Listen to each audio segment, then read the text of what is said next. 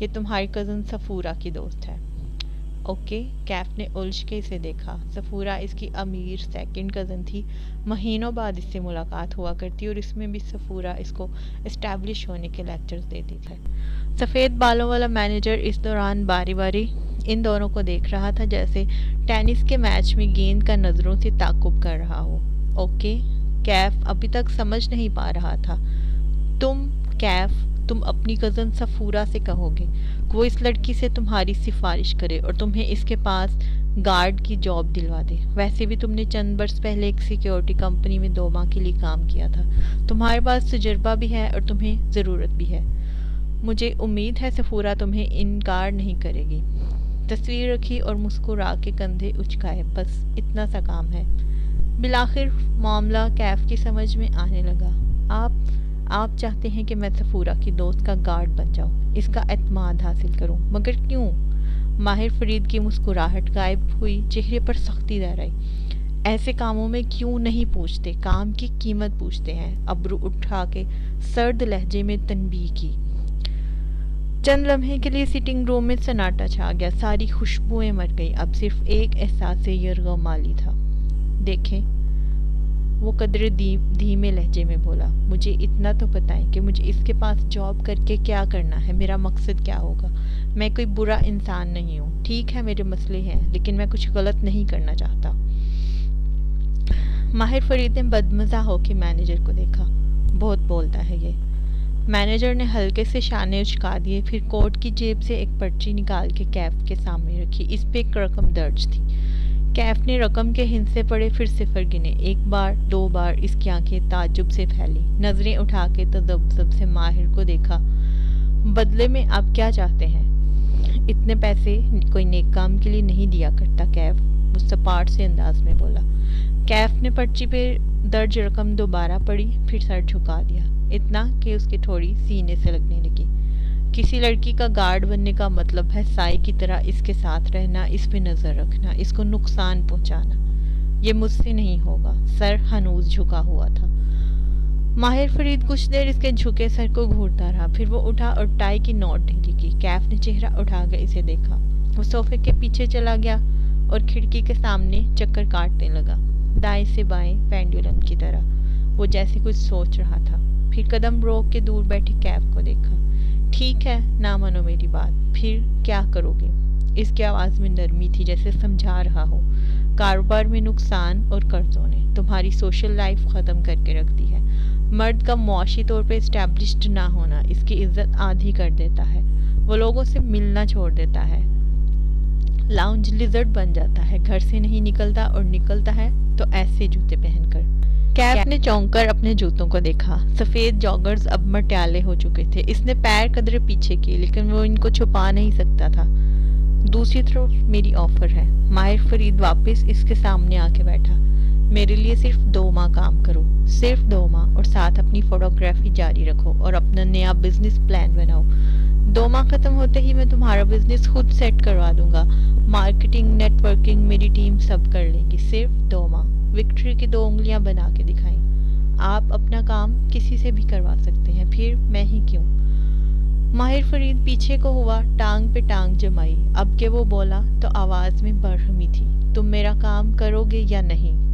کیف جمال کا چہرہ ہلکا سا سرخ ہوا۔ اوہ، آپ جلدی میں ہیں؟